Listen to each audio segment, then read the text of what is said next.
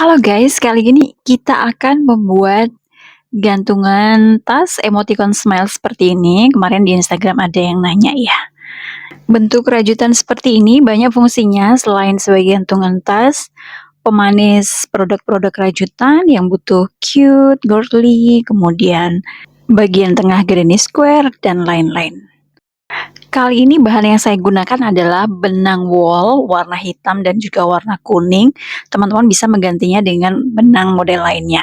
Kemudian pen ukuran 6, gunting, jarum tapestri, dan juga penanda.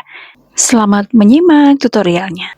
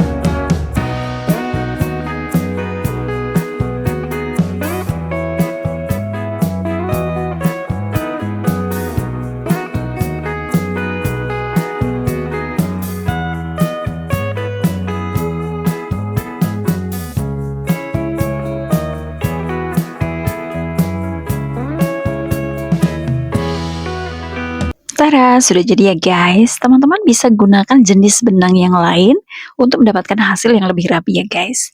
Selamat berkarya, semoga bermanfaat. Jangan lupa untuk subscribe, like, dan share.